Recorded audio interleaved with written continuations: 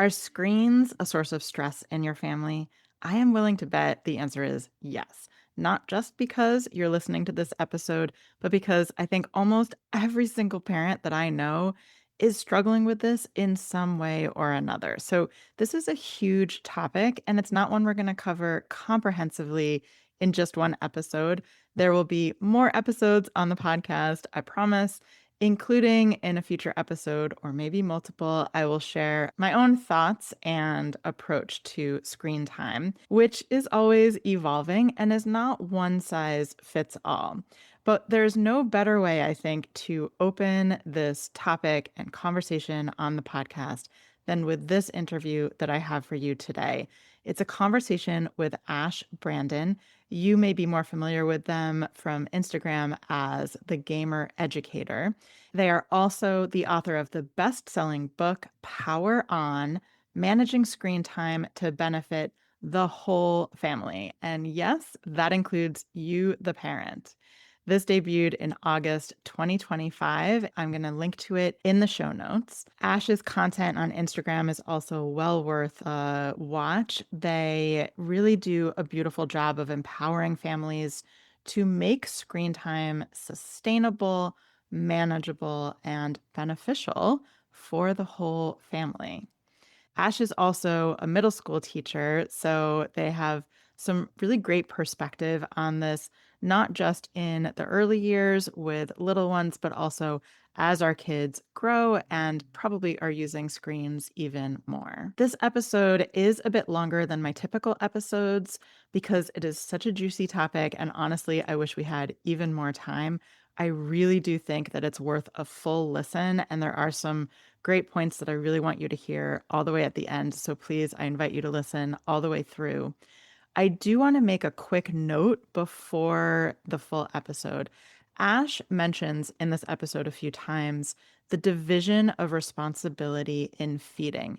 It is an approach to feeding developed by Ellen Satter in the 1980s, was I think when she first published about it. And this is something that I'm already planning on discussing in a more deep dive in a later future episode. The general gist, the general idea is that the parent's role in feeding is to determine what, when, and where food is served. And the child's responsibility is to determine whether they eat it, how they eat it, and how much they eat it. Now, there are some things that I really love about this model, especially the part about not pressuring or forcing our kids to eat. It's a very powerful mindset shift for a lot of families that can really, really be beautiful and is very much aligned with my overall parenting approach. I do want to say, though, there are some pieces of it, especially on the parent side, in terms of what the parent's responsible for and how they do it, that we might need to bring some nuance to and some modifications to, especially when working with neurodivergent kids and even more so any kids with PDA. I don't have time to go into all of that right now. Like I said, we'll address it more later. In the meantime, I'm going to link to a Substack article by Virginia Soul Smith that starts to address some of what I'm talking about. So I'll put that in the notes. For now, though, I hope that you enjoy this episode. I found it to be incredibly eye-opening. I think there's going to be some, I might even say, mind-blowing perspectives and points in here that I think will be really helpful as you navigate this really sticky and tricky topic in your own home. And of course, if you have any questions about this or you do want more personalized support with this or any other parenting challenge, please feel free to reach out to me. I will put my email and also a link to book a free consult call in the show notes as well. All right, let's dive in. Welcome to Single Parenting with Connection, Not Perfection, the podcast that honors your messy reality. It's the support you crave without the usual emotional landmines. I'm your host, Dr. Gila, and I promise I will never tell you to just tag your partner in. Before we start, quick reminder. While I am a licensed psychologist and a certified coach, this podcast is not coaching and it's not therapy and it's not a replacement for medical or psychological advice. It is for educational and informational purposes only. All right, let's dive in. Ash, thank you so much for being here. I'm so excited to chat with you. Welcome. Thank you so much for having me. I'm glad to be here. So screens is, oh my God, it's like the hot topic, I think. If there was one topic that I think comes up most consistently right now for parents, it would be screens. So very timely, very topical. And I've been reading your book and it has so many great little nuggets in it. I know we're not going to cover all of it, but I'm excited to dive into some of it. I thought that we could start with, you talk a lot about neutrality, and I would love for you to share with the listeners what you mean about that and why you feel like that is like such an important core tenet when we're thinking about screens. I'm glad that you want to start there because I think it's very hard to talk about any of the management or minutia if we aren't first starting from that place of framing ourselves in a neutral perspective when it comes to screens. And the first third of my book is sort of devoted to that in some way. And I read a fair amount of nonfiction, and I always get annoyed when I open it and I am starting the book and I'm really interested in it because of, what probably comes at the very end. And then I'm like, oh no, we have to read like 100 pages of like foundational backstory. No, Yeah. why? And then I wrote a book and I was like, all right, we got to start Yeah. with all this foundation. And I don't know, I've become what I disliked. I've had the same experience Yeah. as a parent coach because we really do need to talk about some of the foundations before we can get to some of the practical stuff. Right, exactly. Yeah. Because a lot of the more practical things that I mentioned in the book or in my work elsewhere, they wouldn't make sense, or wouldn't work, or would work very differently if they weren't framed in a perspective of neutrality. Right. So the reason I think that neutrality is so key is I think that it allows us as caregivers or as parents to really be able to focus on what is best for our kids or what is needed in a given situation without responding or reacting to what we might be afraid of or what we might be bringing with us from our own fears or kind of projecting onto ourselves. Mm-hmm. And I can say something like, have a consistently available screen time, have it be consistent. That's one of the things that I recommend. But if a parent is coming to that still feeling really like resentful of screens and thinking like, okay, fine, I'll let them play every day, but they're still really feeling like that's a waste of time and they should be doing something else, then it's easy to see what would happen. Like you can kind of project forward and think, okay, as soon as that kid were to struggle, for example, to stop playing, Mm-hmm. that parent is going to immediately think, see, I knew it. I knew having it every day wasn't going to help because it's the screen and it's bad and I shouldn't have said yes to this. And now we're Mm-hmm. blaming. And that doesn't really help us. Like it feels somewhat satisfying because it kind of absolves us of our fear that maybe we're the problem or our kid is the problem or our parenting is the problem. And I think a lot of that obviously is coming from, a guilt and a responsibility that we feel rightfully to do right by our kids. But, there's so much of parenting is just trying things, right? Just Mm. trying things and being open and accepting that not everything is going to work for every kid. And when a certain, sleep sack doesn't work for a baby or a certain routine doesn't work, we don't blame those things in terms of their like morality, but we Mm-hmm. are quick to do that with screens. And the reality is that kids see things like screen time and games as leisure and they see it as worthy of doing. And Mm-hmm. so if we don't come in with neutrality, then we run the risk of basically seeing their interests as lesser than, Mm. as invalid, as in some way lesser. And that just kind of immediately sets us up for a power struggle, right? Like Yeah. it immediately puts us in opposition to our child with video games in the middle or screens in the middle. And that's Yeah. just not a very productive place to start from. Right. Right. So the neutrality allows us to kind of be on the same side as our kid. It doesn't mean that we are doing everything they want. Right? It doesn't mean that we uh, are overstepping our own boundaries. But in the same way that I might view, another part of my kid's life as neutral, while also trying to make sure it works for us, Mhm. the neutrality allows me to do that with technology without immediately kind of assuming a blame or a guilt, Mm. because all that's going to do is make me feel bad. It's not going Yeah. to help me tomorrow when inevitably I'm back in the same position. So I just think it Right. allows us to be a lot more practical and look for things that are a lot more empowering. Yeah, and it seems like if you do have this sort of heavy filter that you're coming into it with, that that would also potentially get in the way of connecting with your child around it and also like being curious and being open to learning new information. Like I can tell you, I have learned a lot about Minecraft. I have learned not all Minecraft is created equal. There are different things you can do on Minecraft that are more dysregulating than others, at least for my child. And that's been fascinating and, not something that I initially came into it understanding. And I do wonder if that's part of what's so hard for, I'm Gen X. I know a lot of millennial Gen Xers, like we didn't grow up with these TV shows, we didn't grow up with social media.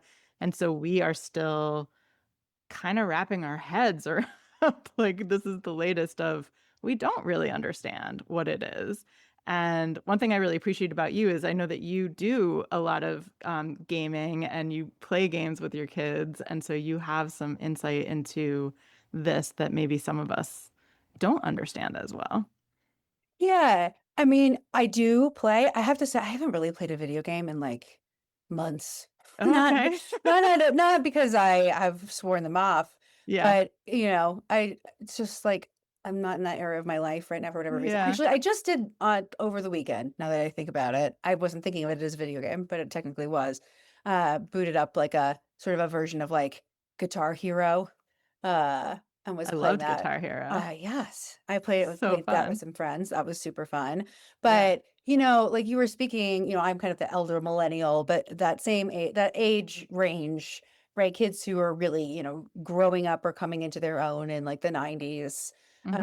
or even early 2000s, we say like, well, we didn't have social media, we didn't have these kinds of media, but we had our versions of it to a degree, right? Like Mm, video games obviously existed. definitely. TV shows obviously existed. Definitely. Media that we found interesting that made adults in our lives kind of roll their eyes and go Yeah. like, "Eh, would you put that down and go outside?" Right? Like Hmm. that existed. And so I Yeah. think even being able to tap into that and remember how that felt, and not in a way of like, well, yeah, because I was a kid and I didn't know better, but more in like thinking about the purpose that served and how it made us feel, and how did it make us feel when the adults in our lives either did or did not like Hmm. see the validity in that, or at least seem to appreciate our interest in it. Yeah. And how did that serve us or not serve us? And the media is obviously going to change, uh, Right. forever, right? Right. But we can bring in that same perspective. And you brought up Minecraft. I do not like Minecraft, not my kind of game. I don't enjoy it. It's not really Yeah. my kids thing either, but it's definitely it's a game that a lot of people really enjoy, a lot of kids really enjoy. So like with Hmm. students, if they're really into Minecraft, like in the same way that if a kid were really into roller derby, about which I know nothing, Hmm. right? I would still show interest. Like, I'd wanna Yeah. connect with them, I would ask them about it, I would want to know more about it because I want to care, like, I care about them. Yeah. And so I think we worry that if we show interest in something, we're, like, condoning it. And Mm. for one thing, that assumes that if we weren't going to condone it, that our kid wouldn't do it. And Right. if that were true, then parenting would be a lot simpler, right? It sure would. Um, but, in most cases can like showing interest is not the same thing as like being okay with it in any way for any amount of time, right? Like Mhm. I can show interest in the clothing that my kid is interested in, even if I also know like, oh my gosh, you're gonna regret that when you look back at your Mhm. yearbook in 10 years, right? Right. So that I think also is something that neutrality helps with. That Right. I'm not fearful of like, oh, but if I watch them play Minecraft, then they'll think it's fine. It's like, well, they're already playing it. Like, Yeah. Yeah. we probably want them to feel like they can come to us about this thing, and I think Yeah. neutrality helps with that for sure. Yeah, and I was realizing as you were talking, I think maybe MTV might be like a good analogy there because music videos was a Mm, newer thing that a lot of parents maybe couldn't like wrap their heads around why that was enjoyable. yeah. Um, yeah, and so neutrality, when you talk about neutrality around screens, can you help the audience understand what do you mean exactly by that? Yes, I think sometimes when people hear me say neutrality, they assume that I mean like abstinence of boundaries, which is not what I mean, right? Mhm. Like that if something is neutral, that somehow I'm not in control of it. Mhm. And in reality, most parts of a kid's day are neutral in terms of like their morality, but we are still in Mhm. control of them. Right? Like I don't I don't associate a morality with like meals or bath time Mhm. or like reading books before bed, but I still will have boundaries around those things. And Mhm. I'm not going to say that it's bad if my kid wants to be in the bathtub longer than I want them to, that it's like the fault of them or the bathtub. But I am still going to say, like, no, it's time to stop.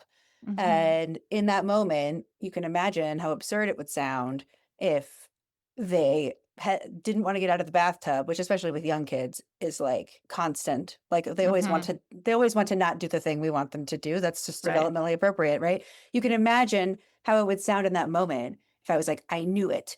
I knew it. The warm water is too nice and the bubbles are too fun and you're addicted to baths and we can't ever have baths again. Like I sound unhinged, right? Mhm. And people will say, well, but screens aren't the same as baths. Yeah, absolutely. They aren't. Playgrounds aren't the Mhm. same as baths. Meals aren't the same. Like no two things are exactly the same.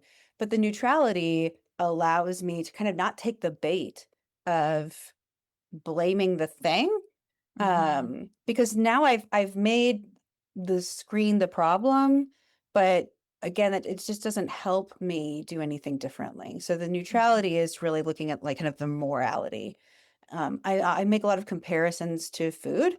Yeah. I spot a lot of Gen X or elder millennial. We had depending on how we were raised, but a lot of us were kind of raised in this very diet culture Yeah. informed, snack well, 100-calorie snack packs, low fat era, and then a lot of the culture was promoting thinness and anti-fatness, and I think a lot of us recognize that that wasn't great for our Mhm. relationships with food and eating, and Yeah. that a lot of that had to do with the moralizing of food, right? That Mhm. there were good foods and bad foods.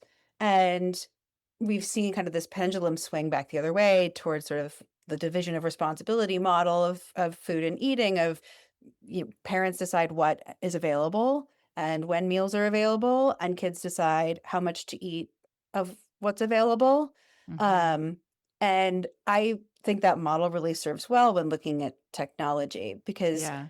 I can talk about all of the foods that are available in a meal with equal moral value, right? Like Mhm. the bread with butter is not morally worse than the chicken or the carrots, Yeah. right? But they might have different nutritional properties. They Yeah. might do different things for our bodies. They might be better or worse to eat if I'm about to go, be on a play date for 4 hours and not have time to have a snack, right? We can Mhm. talk about the purpose. We can talk about what they're doing for us. We can talk about what we notice and how they affect us. And I think applying something like that to technology is way more useful, right? Like Mhm. think about our own relationship with something like food. If someone had told me to think about like, how do you feel after you eat this thing?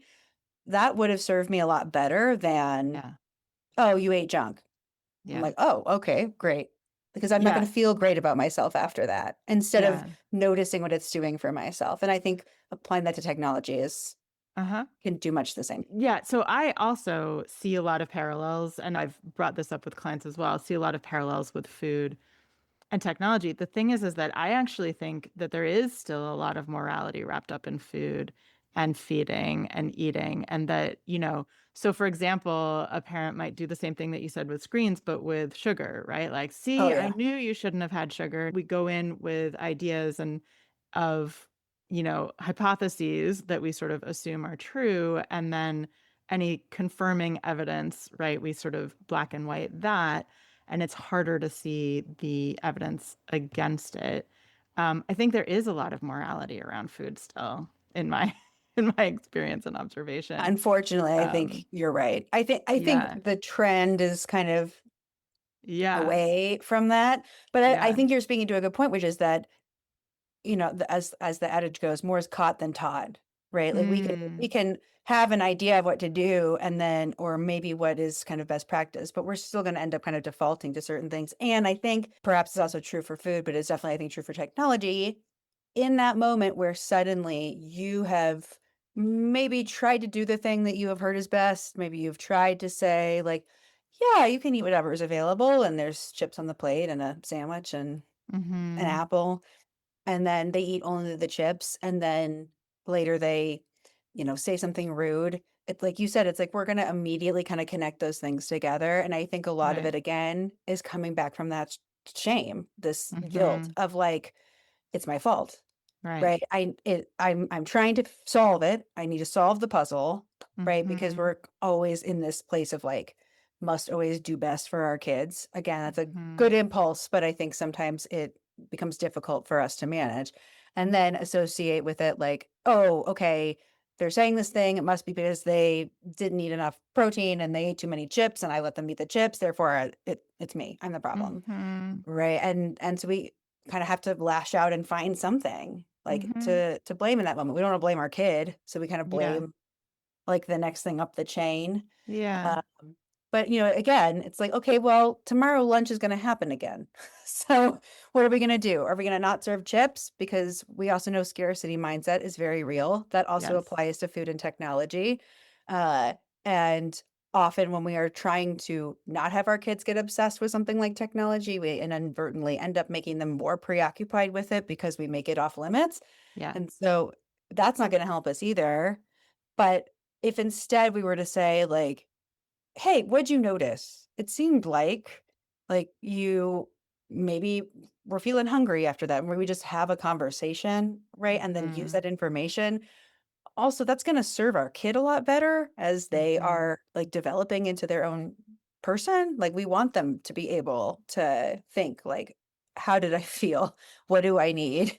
And we yeah, want them to be able to do that for food and for technology, and for all parts of their lives, and I think it is scary because it feels like a loss of control, and I mm-hmm, empathize with that very deeply, that mm-hmm, it feels like, well, but if I let them make that choice, they might make the wrong choice. Yeah, that's mm-hmm, and that's part of the point, I think sometimes, is to allow them to do that within boundaries that are appropriate, right? I'm mm-hmm. not gonna put the whole bag of Ruffles on the table and say that can be your whole dinner, Mhm. right? I'm gonna put it on the plate with other things.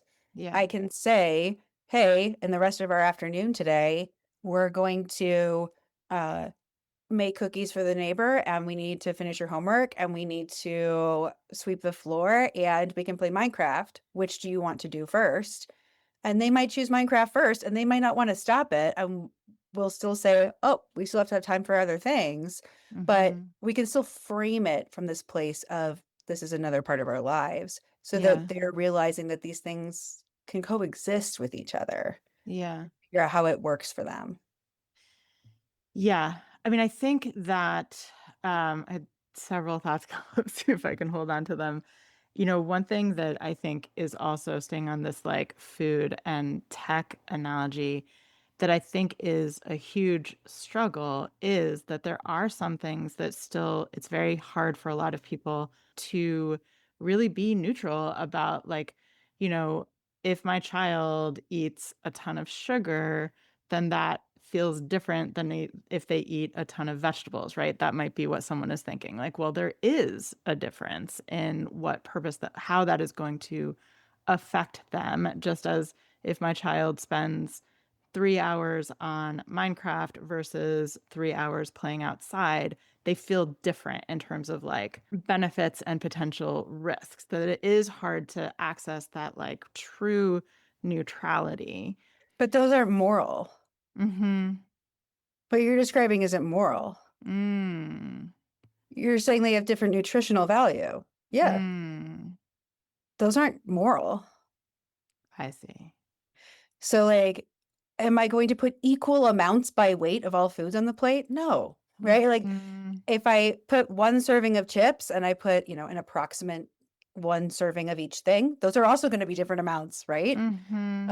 Like we literally had this conversation in my house the other day about caloric density because my kid was asking about like what's the most caloric food, and I was like, we have to talk about density. Yeah. So yeah, if I know that, right, or maybe I've had that conversation with my kid, I mentioned, talking about like the purpose. It's like, okay, if we're eating lunch and we're going to like a marathon afternoon of like a birthday party and a this and a that, and we know like it's gonna be intense and Mm. high energy and they're not gonna come up for air, right? Except for Mm-hmm. maybe like a bite of icing in the next 5 hours, then we're gonna talk about that, right? Mm. Here's what lunch looks like right now, and here's why. Because here's Mm-hmm. what the rest of our day looks like. Right? There's a lot of executive functioning built into that. There's a lot of Mm-hmm. like proprioception built into that.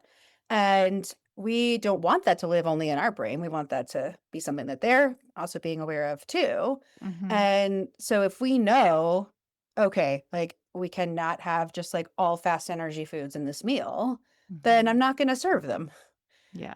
Right, but that doesn't mean that those foods are bad, like, Right. in their morality, and then we can talk about nutritional difference. We Mm-hmm. can talk about, "Hey, we've had a morning where we've been sitting on the couch all day long and reading books and playing games and not moving our bodies much, and I've had a lot of fun with you, and now it's time to move our bodies. Yeah. So, Yeah. do you wanna go outside? Do you wanna ride bikes?" But that's very different than, "No, you can't play Minecraft. You've been sitting around all day long. Minecraft's just more sitting." Right? Like, Mm. those are the same end goal, but they're Mm-hmm. accomplished very differently. One of those is, it's important to do different things in the day and pay attention to what my body needs, and one of those is Minecraft is bad because I'm Mm-hmm. sitting. Yeah. Does that make sense? Yeah. Yeah. I'm curious how, so I know you break out, you have the ABCs and you break out access, behavior, and content. And content specifically, like I imagine some people listening thinking, well, there are some things that you do on a screen that I have moral thoughts on and moral feelings about. I'm curious, how does that play into the neutrality piece?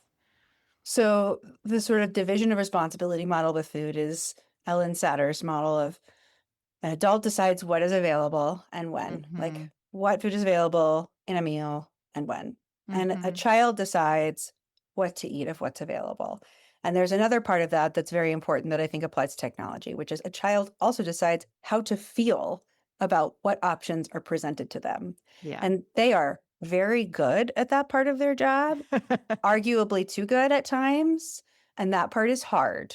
Yeah. And I say that for myself as well. And the Yeah. reason I bring that up is that if there is something that I am not okay with my child having access to, food, clothing, friends, technology, media, like coloring supply, I mean, and name it, right? I Mm-hmm. am in control of what's in my home. We have a job. They have a job. Our Mm-hmm. job is we decide what's available and when, and their job is that they operate within the rules and the boundaries that we set. So, if I have a moral opposition to something, then I can decide it's not available, and I can Mm-hmm. decide that we're not going to do that. Maybe forever, maybe right now, whatever. Yeah. Um, and depending on what it is and the reason, right? There might be different ways of talking about that. It could be as simple as like, I'm not comfortable with that, or if that's not available, or that's not available right now, Mm-hmm. right? And depending on your child, the age of your child, what kind of conversation we're talking about, that could become a more nuanced conversation.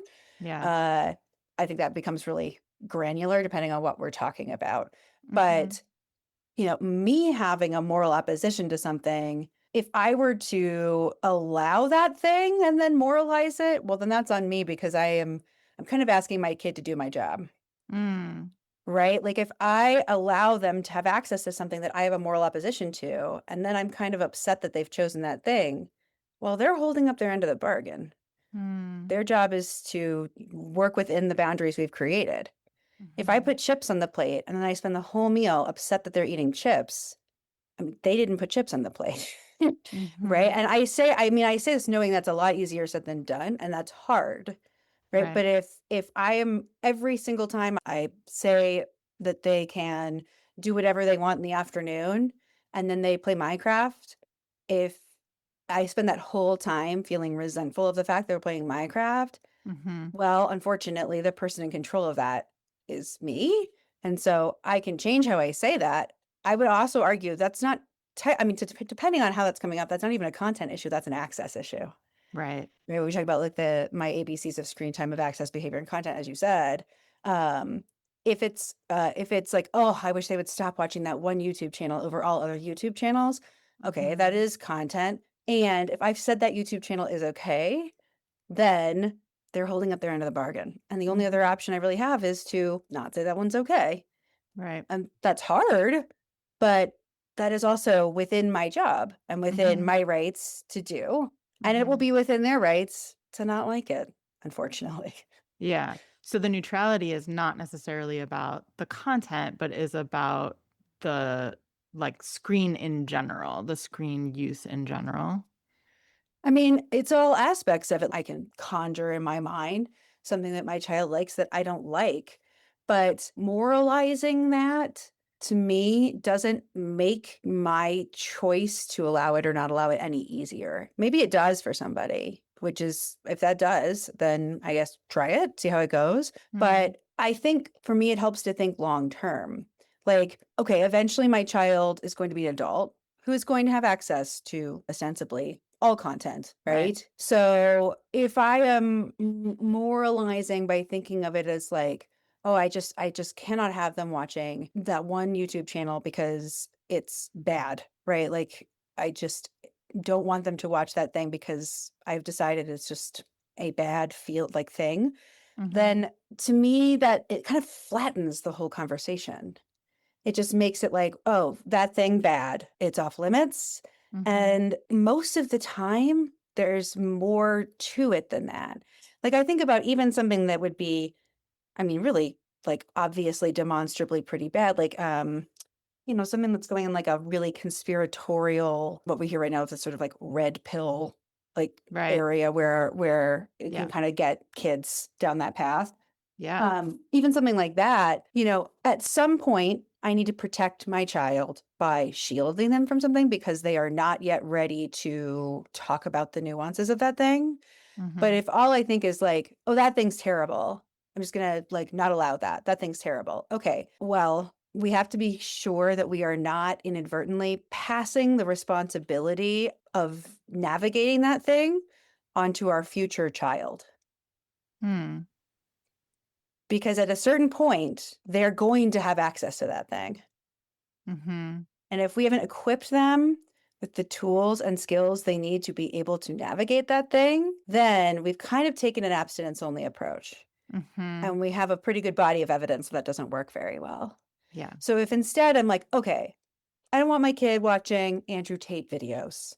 Sorry if I'm offending some Andrew Tate fans in the audience. I don't want my kid watching Andrew Tate videos. Okay, why? I don't Mhm. like him. Okay, I mean, sure. Why else? He's dangerous. Why? He's Mhm. misogynist. Okay, we're getting somewhere. He's a Mhm. misogynist.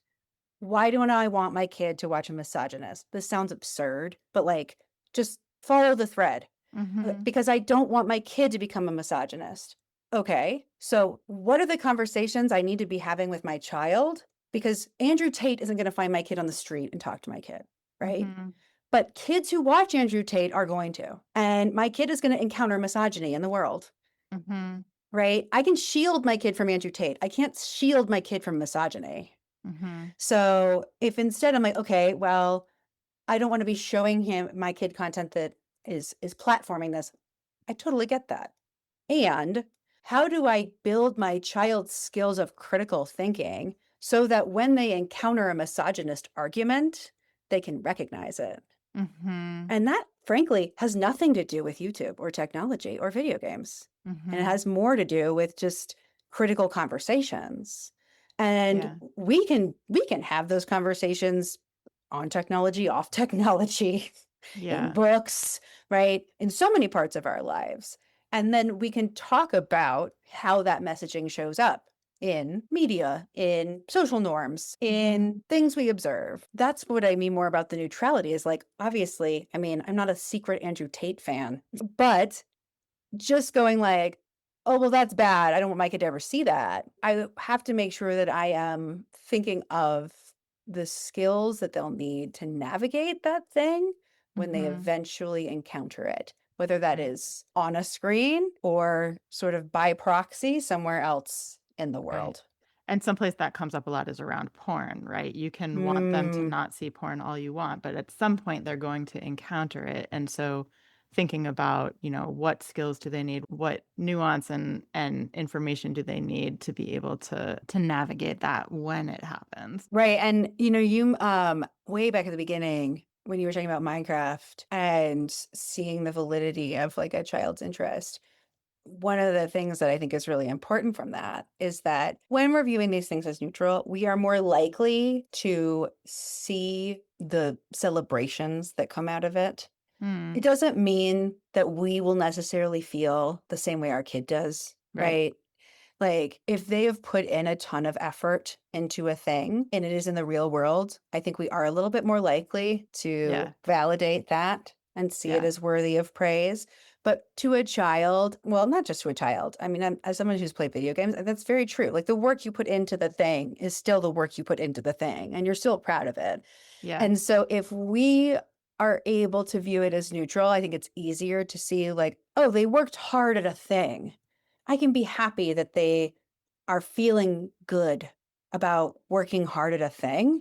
Mhm. And if we are able to validate and celebrate the things that feel good and feel celebratory and feel safe, then we are also setting the framework so that they know they can come to us when something is unsafe. Yeah. Because if they can't come to us when something feels good, why would they come to us when something feels bad? If Yeah. we blame the screen when they do something good, why would we not do that when they do something bad? Right? Like Yeah. like if they come to us with something they built in Minecraft and we're like, "Oh yeah, cool, but would have been better if it," like even if it's in our head, right? Like, Yeah. "But would have been better if it was on paper," right? Right. Like, I mean, they pick up on that pretty effectively. Uh Yeah. so if they come to us then and say, "Hey, this kid in the chat used this word and I don't know what it is, and it's like a slur, right? Mhm. If we don't have that neutrality, we are much more likely to go, it's Minecraft's problem, it's Fortnite's problem, Mhm. it's Discord's problem. No, it's not. Like that's the delivery mechanism. If Right. your kid was talking to somebody on a landline phone and they use that word, would you blame the landline phone? Probably not. Right. Right? Instead, we'd be talking about, "Ooh, can we talk to that kid?" Or "How do we keep you safe?" Or "Let's talk about that word." Yeah. And so the neutrality is seeing through to like, what's the skill or what is this doing or what's the purpose? Mhm. And I think it's a lot easier to start from that and then like let it kind of perseverate to Yeah. other parts of our lives. And I think if we can do that for the positives, it becomes easier to do it for the negatives. Yeah. What's the need and what's the purpose? And also something that I heard you say that I want to call out is what is your underlying fear? Like really getting Mm. into what is your real concern? And it's often deeper than the screen, is what I think you're saying. Yes, well, and also more productive. Like Mm. there's more to do from that if I can really like Mhm. drill down and figure out what is my Mhm. fear. Because if it's I don't want my kid on that YouTube channel, that kind of like I said, it just flattens the argument. It's like, Mhm. well, okay, all I can really do is say no to that. But if it's, oh, I'm worried that they will be susceptible to these things. Mhm. Okay, I get that. That is a worthy concern. Yeah. There's reason to be concerned about that. Yeah. And that's a skill issue. And Mm. I don't mean that like derisively that like that means that you've not done enough. I mean it more in that like we're all having to work on these skills. All of us Yeah. all the time. We're all having Yeah. to work on how we critically evaluate the world. Mhm. Um and so if we're thinking of it that way, then it's a lot easier to see through to what you can do about it. And I think that also feels a lot more empowering. Like Yeah. fear I think ticks a box for us. It makes if it's like, "Oh, I found the problem," then it's like neat and tidy and I found the problem. Right. I'll keep it away and over there and now my kid is safe. But it's not empowering, Mm. right? I can't really do much from that Yeah. except just like sheltering it Yeah. away. But if I can drill down to like what's the skill, what is the real concern and how can I address that? Yeah. That feels much more empowering for me as Yeah. a parent. One of the fears that I think a lot of parents have, and I think this may be like a morality thing, a sort of conflict with neutrality, is that when in terms of skills, that there is something inherent to screens and maybe especially some types of screen use. So video games, YouTube, social media, that it is designed to sort of, what would be the word, to like go around your skills, that it's not about skills, that these things are designed to hook you, they're designed to make it hard to put them down, and that it's hard to have the skill. I mean, even as an adult, it's hard for me to put it down. And that this is, I think, a big kind of non-neutral narrative that a lot of parents worry about. And I'm curious if you have sort of words of wisdom or insight around that specifically. One of the things that I say a lot in this area is if you are worried about something related to technology, take the technology out of it and you'll see the skill that needs addressing. So, what you're describing is predatory design. Hmm. That is not unique to technology. Hmm. Advertising uses predatory design. Food, snack foods, right? You're talking Mm-hmm. about chips earlier. I'm s- I'm not going to not serve chips, but we can talk about, hey, did you notice how you could eat this whole bag of chips and still be hungry? Why is Hmm. that? Or things that are really Yeah. intentionally designed to make us override our body's satiety cues, Mm-hmm. right? That's not even unique to snack foods, Yeah. right? Like why do they constantly come out with new apple and grape varieties to make us buy more of them? Yeah. Right? This is predatory design. I had Mm-hmm. a reel I did recently where I was talking about how when I was a young kid, like 6 or 7, I went to a carnival and I was playing like the milk bottle toss and did it like way too many times. Like my mom fed me Yeah. too many dollars. And then eventually she got frustrated and was like, I'll give you another dollar, but you cannot play this game. But I just read that as like, I'm annoying her and I'm not good at it. Like, it's me. Right. Mm. And literally, like last year, so like 30 plus years later, my kid was watching a Mark Rober video in which he actually goes through the physics and engineering of carnival games and what makes them impossible to win. And I'm like, oh, would you looky there? When we give kids information about how something is designed, we empower them to Yeah. understand how to navigate it appropriately. Because Mm. now, if my kid sees a milk bottle toss, my kid is like, "Oh yeah, you can't win that." It's lost its appeal. It actually does the opposite. Yeah. Right? I mean, to be honest, Goosebumps books from my youth are designed in a predatory way because they write cliffhanger endings and I stayed up way later than I wanted to. It's the Yeah. same. Yeah. And people are going to hear this and go, "No, it's not the same." I mean, I'm not saying it's literally the same, Right. but like it is still trying to get you to consume more than you might otherwise want to. Right.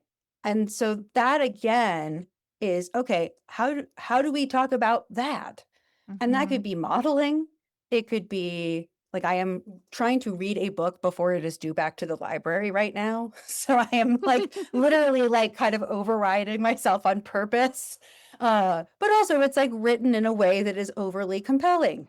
Yeah. And even that of like, oh, I stayed up way too late last night because every time I tried to reach the end of a chapter, it just kept making me want to read more. And now I'm really tired. Yeah. So if I really want to read that book, I'm going to need to do it before I go to bed so that I can be tired and go to bed. Well, I've Right. just talked about how to do something I like that also compels me to override my body's cues in a way that won't interfere with my sleep. Yeah. That can apply to insert whatever thing here. Yeah. So are Yeah. those conversations going to be different when we're talking about like microtransactions? Yes. But going back to the skill or the through line, I think makes it feel less like scary to parents because Mm. I think they think, oh, it's technology and I don't know how it works and I don't know how to talk about it. Like, yes, you do. Mhm. Take the tech out, drill down to like the underlying skill, and what in your life could you talk about that with? Start there. Mhm. I love that. That's a really, yeah, I hadn't thought about, I mean, I have thought about it with food. So I think that there is a similarity with how a lot of people feel about what they might call junk food, or, right, that these things are designed to leave you with the taste of more, as my Sure. dad likes to say, right? And so there is this sort of judgment of that, right? That these things are evil in some way, they are bad in some way because they are trying to suck you in. Right. But I think also some of that is really hard for people who, like, if we struggle with that for ourselves, Mhm. I think we also, and I'm speaking for myself, like, it's hard not to kind of project that fear forward Totally. onto our kids. And I think then we also have to ask ourselves, okay, well, what contributes to why that's hard for me? And to Mhm. go back to thinking about like kind of the era in which we were raised, it's like, oh, Mhm. well, there was a lot of moralizing of food. Mhm. So, like, did that help? Like, I've been sitting with this for myself lately and realizing that there are a lot of times where in the evening I will often snack and not really want to, and or really like that's not actually what my body seems to want. And Yeah. when I was trying to pay more attention to it, I was like, actually, what my body really wants is to eat fruit. And then I was realizing that, like, I never would have done that as a kid because fruit would have been a good food, and I wanted to, Mm. like, get away with eating bad foods. And Yes. so even that, is Yeah. something that, I'm kind of carrying forward.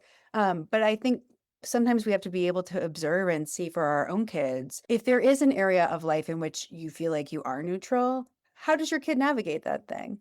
Yeah. And obviously, those parts of life might seem a little less third rail like than things like technology, but I think it can serve well to kind of calm us down sometimes. Like just the other day, I put a movie on and we got like halfway through, and my kid was like, I'm done. I'm good. And got up and walked away.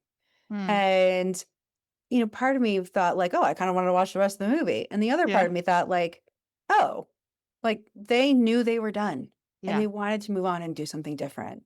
Yeah. So, finding even a little way to kind of test that for ourselves in a way that Yeah. still feels safe, right? I'm not Yeah. saying, like, just tell them they can play video games all day long, but see how that neutrality is something that might influence how your kid navigates something, Mhm. and, um, use that kinda to inform your own kind of assumptions around that thing. We have to do our Yeah. own relearning, obviously. It's all the time. Yeah. And I think it also brings up, right, what are we modeling? And modeling is an opportunity to explore and work on some of these topics that we're talking about, right? So, like narrating aloud, wow, when I start looking at Instagram at bedtime, it is so hard for me to put it down.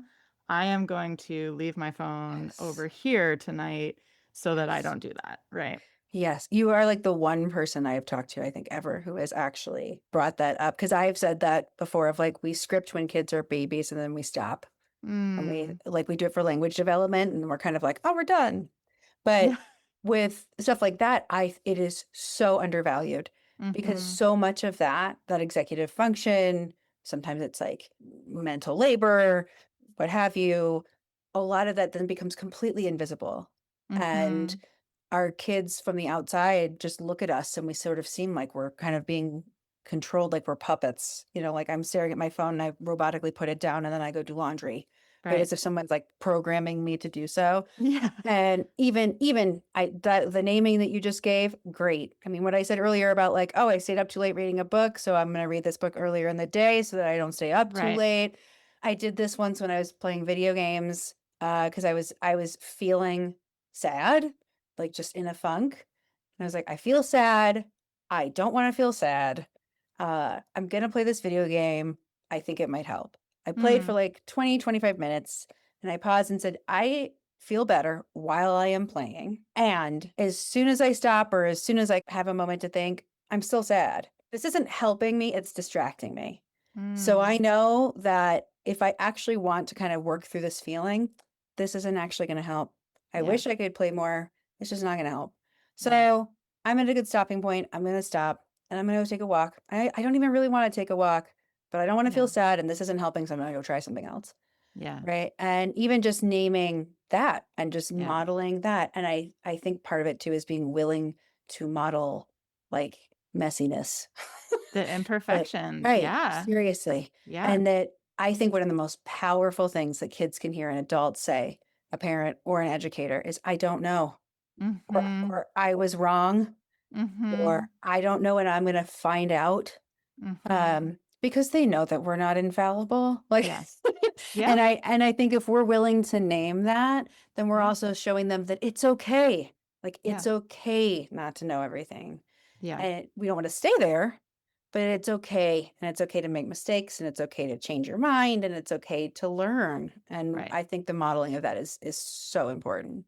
Yeah, modeling I think is such like an underrated and powerful tool in our toolkit that often when there is change that we want our kids to make, it is often something that if we look inward that we could work on in our own selves and Yes. model that and narrate it, right? And name it and name that growth mindset, right? The trial and error, the I'm going to try this. Like you just that story you just told, right? I'm going to try this and see if it helps. Oh, I tried it and it didn't help, right? I love that. Yeah. Yeah. I know it's getting late. We've been chatting for a long time. I have so much else I would love to talk to you about, but I don't want to take more of your time. Thank you. This has been incredibly insightful and thought-provoking, and I hope that for anyone listening, it has brought up some thoughts and some ideas. I know we didn't get into some of the more practicalities of it. I do recommend buying the book. There are more practicalities in there. Maybe I'll have you on again. I would love to talk about, when should you be concerned about your child's screen time behavior? That's something that comes up so much. So maybe that can be a part two sometime. Absolutely. Before we wrap up, I love to ask my guests two questions. I'm passionate about connection, not perfection. So, what is something that you do in your life to foster connection, either with yourself or with your kid? Yeah, I love this. So it probably won't surprise many people to hear that I am going to mention, screens and video games. And I don't expect anyone to be like, I'm going to just take up video games as a hobby. Um, and also the reality, which we didn't really get into, is that screens are often filling in for varying systemic inequities. And so often, Yes. like, we're using screens for a very specific purpose. Like, I'm making dinner, I'm writing email, I'm taking a shower, like, they're filling in for the Yes. presence of a caregiver often, and that is a valid use of them. However, I will say being able to kind of enter their world Yes. for 1 or 2 minutes, and it could be showing really genuine and it could be asking questions, but also your kid, right? So if you know like, "Oh my god, that would annoy my kid," then don't do that.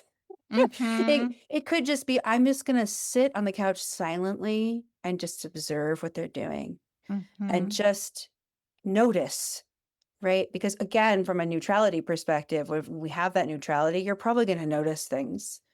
Like if they're playing with other people, you might be like, oh, wow, they're constantly talking strategy. And where are you? And what are you doing? And where should I be? Or maybe you're thinking, like, wow, they're thinking about 5 different things at once. And they're Yeah. gathering this and they're building that. And how did they know to do that? And you might suddenly have questions or wonderings or things that can then transfer off of the screen, which I think Mm-hmm. can make the transition itself easier. Like, hey, tell me about this thing that you're building. And then we're just transitioning out. But they still get to be in their world of interest. But I think it also can serve a great purpose of helping us see the transfer of those skills to other parts of their lives so that they Yeah. can see the transfer, so Yeah. that our kids can go from thinking, I am good at Minecraft to I am good at creativity, right? Because those Mm. are wildly different things.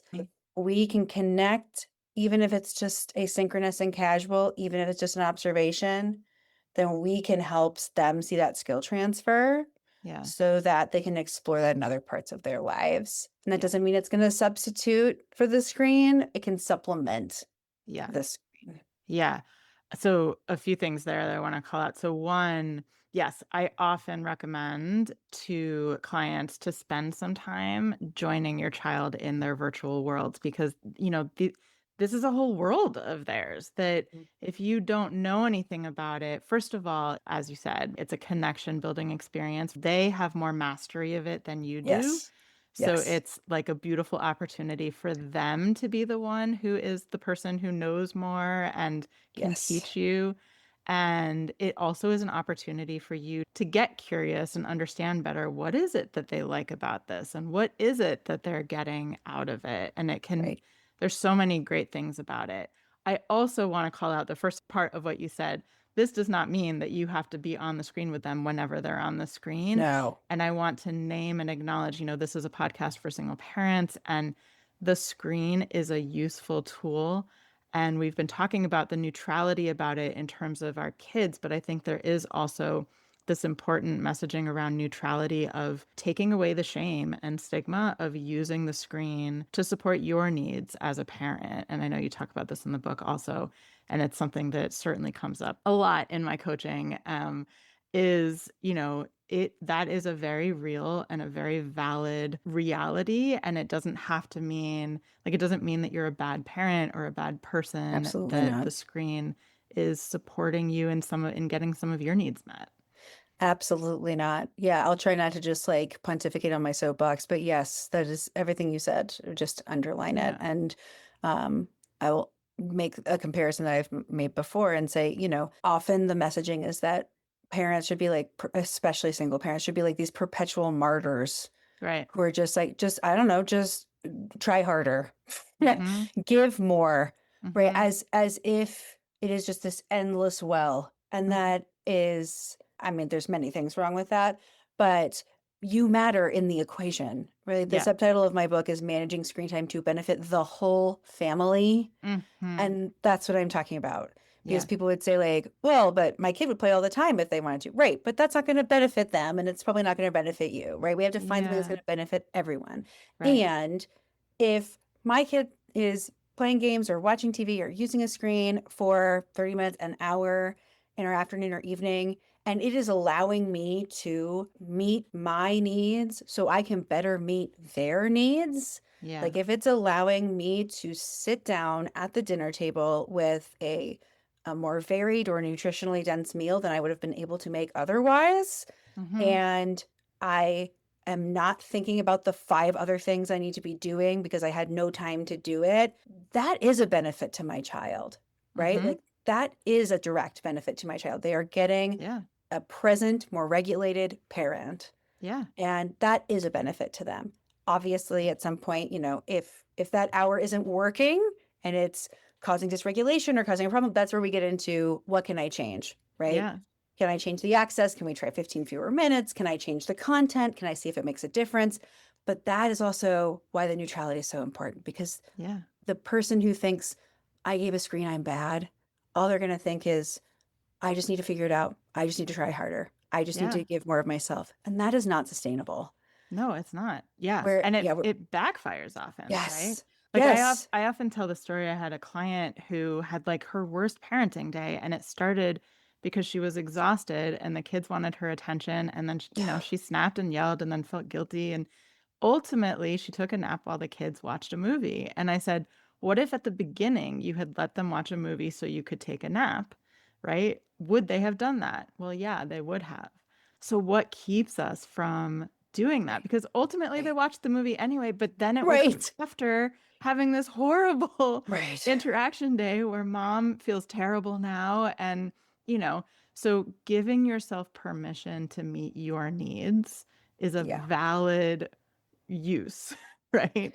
Is a right. valid thing to consider. Yeah. Right. And again, it's balancing that, right? If I'm saying yes to it and I'm saying yes to an amount or a type that isn't working and now my kid's bouncing off the wall and now Right. it's not working. Okay, but now because of the neutrality, we can go into it from a perspective of data. Like what Mm-hmm. is this data telling me? Right? Mm-hmm. We tried this show for this amount of time and it was a disaster. Too much, right. So what's a variable I can change? I can't change that I am a single parent who needs to make dinner. Okay. What can I change? Can we Mhm. go outside first? Can we try a different show? Can they, sit closer to me so we can talk while they're watching? Like, there are so many things that we can change Yeah. before we get to a place of it's me, I'm the problem, right? Yep. Because again, that doesn't empower us and that doesn't Yep. help us tomorrow. And that's Yep. not going to alleviate these systemic barriers that many people shouldn't be having to navigate anyway. Yeah. Right? Yeah. Shame doesn't solve anything. No, absolutely not. Yeah. All right. And imperfection, speaking of which, where is there a place in your life that you have embraced imperfection? I'm not sure if I can think very specifically, but I think acknowledging that, just perfection is not the goal. It doesn't need to be the goal. The Yeah. goal can be progress. The goal can be, sometimes I think the goal could be imperfection. Mm-hmm. Right? Of like, I don't need to project my impossibly high standards that perhaps I've been holding for myself onto everyone around me. I'm Mm. speaking for myself here. Uh, Yes. I think you're not alone. yeah. Yeah. And actually, like, most years I have sort of like a motto for myself in my work life. And one year it was good enough is good enough of like, Mm-hmm. find the spot where it's going to be enough and like, and let's work up to there Yeah. and then use our energy elsewhere, Yeah. because we only have so much to give. Yep. And some of it needs to be for us. So true. Good enough is good enough. Love it. All right. It was such a pleasure to chat with you. Like I said, I could go on for hours. Thank you so much. I really appreciate it. Absolutely. Thank you so much. That's it for this episode. I am so glad you found your way here. And remember, even if you're on your own, you don't have to do it alone. You've got this.